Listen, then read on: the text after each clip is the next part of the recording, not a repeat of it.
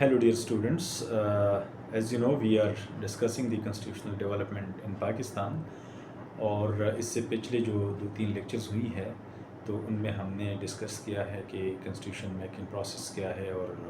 اس میں مختلف اوقات میں مختلف مشکلات کا جو سامنا کرنا پڑا، ہرڈل جو ہمیں سامنا کرنا پڑے وہ ہم نے پڑھے ہیں۔ آج کی اس لیکچر میں ہم ایک انتہائی اہم ٹاپک پہ ڈسکشن کرنے والے ہیں،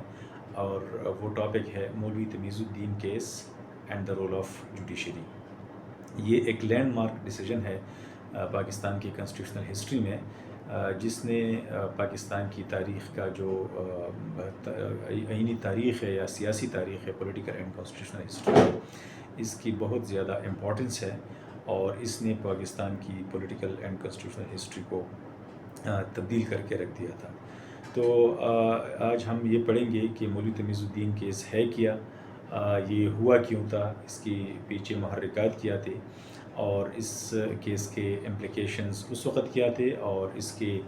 لانگ ٹرم امپلیکیشنز میں کیا ہے جو آج کل بھی ہمارے لیے وہ چیزیں جو ہے وہ ریلیونٹ ہے۔ تو before we go into the detail, ہمیں یہ بھی جاننا ہے کہ مولوی تمیز الدین خان جو تھے وہ کون تھے، اور اس جو کیس ہے اس کا پورا ٹائٹل کیا ہے۔ سو پورا ٹائٹل جو ہے اس کیس کا ہے وہ فیڈریشن آف پاکستان ورسز مولوی تمیز الدین خان، جو کہ یہ کیس 1955 میں ہوا تھا، اور مولوی تمیز الدین خان جو تھے وہ اس وقت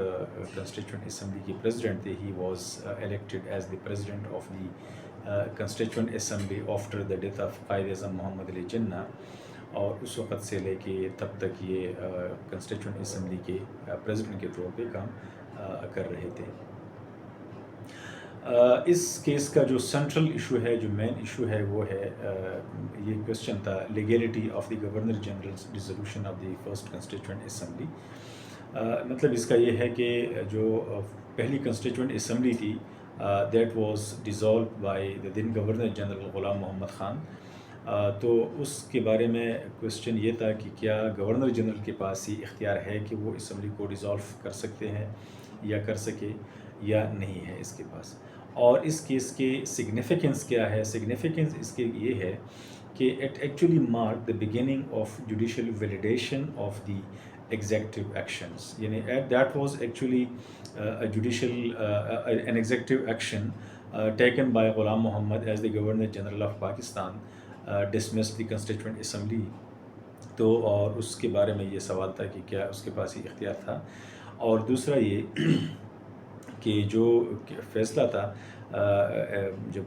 فیڈرل کورٹ میں یہ فیصلہ ہوا تھا، so that actually was the beginning of the providing legal اور constitutional cover to the executive decisions, جو کہ ایگزیکٹو یا انتظامیہ وقتاً فوقتاً لیتی ہے، تو اس کو ویلیڈیٹ کرنے کا ایک ٹرینڈ شروع ہوا، ارسپیکٹیو آف دا فیکٹ کہ یہ ٹھیک تھا یا ٹھیک نہیں تھا، لیگل تھا یا نہیں تھا، کانسٹیٹیوشنل تھا یا نہیں تھا، لیکن انڈر دی ڈاکٹرن آف نیسیسٹی یہاں سے یہ آغاز ہوا، اور اس طریقے سے جو ہے مولوی تمیز الدین خان کے کیس میں اسمبلی کو جو ڈیزولوشن آف دا اسمبلی تھا اس کو ویلیڈیٹ کرنے کا جو ٹرینڈ تھا، اور اس کے بعد جو آنے والے ہم ڈیٹیل میں پڑھیں گے، اس کے اندر ہم پڑھیں گے ایز یو نو کہ judiciary as one of the three branches of the government جو ہے that is consisted of three branches. One is the legislature, جس کا کام ہے قانون بنانا، لیجسلیشن کرنا، لا میکنگ کرنا۔ سیکنڈ از دی ایگزیکٹو، جو کہ قانون پہ عمل درآمد کروانا ہے، قانون کو امپلیمنٹ کروانا ہے، ایگزیکیوٹ کروانا ہے۔ And third one as the judiciary. Judiciary کا کام بنیادی طور پہ یہ ہے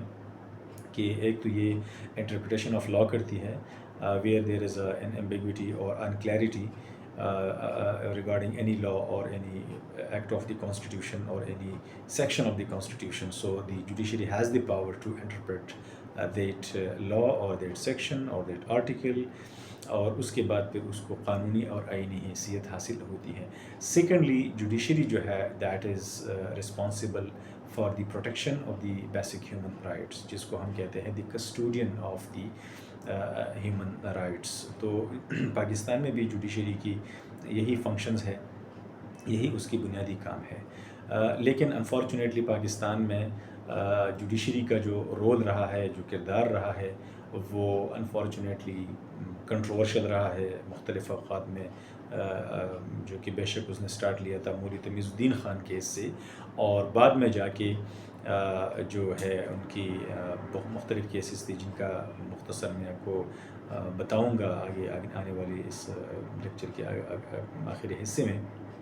کہ اس کے ایک لانگ ٹرم امپیکٹ کے طور پہ ہم اس کو بھی ڈسکس کرتے ہیں۔ تو جوڈیشری جو کہ ادروائز ایک بہت ہی سگنیفیکنٹ، بہت ہی امپورٹنٹ ایک آرگن آف دا گورنمنٹ ہے،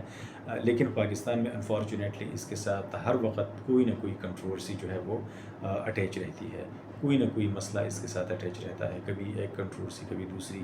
اور کوئی نہ کوئی ڈیسیجن ان کا ایسا آ جاتا ہے، کوئی سٹانس یا کوئی پوزیشن یا ایسا لے لیتے ہیں کہ جس سے پھر جو مختلف کرٹیکس ہے وہ ان کو کرٹیسائز کرتے ہیں ان کے کردار کی وجہ سے، ان کی انکنسٹیٹیوشنل یا اللیگل کاموں کو لیگل کور دینا یا کنسٹیٹیوشنل کور پرووائڈ کرنا انڈر دی ڈاکٹرن آف نیسیسٹی یا اسٹیٹ نیسیسٹی یا اس قسم کی کانسیپٹس کے نیچے۔ سو آج اس کے بارے میں ہم ڈیٹیل میں پڑھنے والے ہیں۔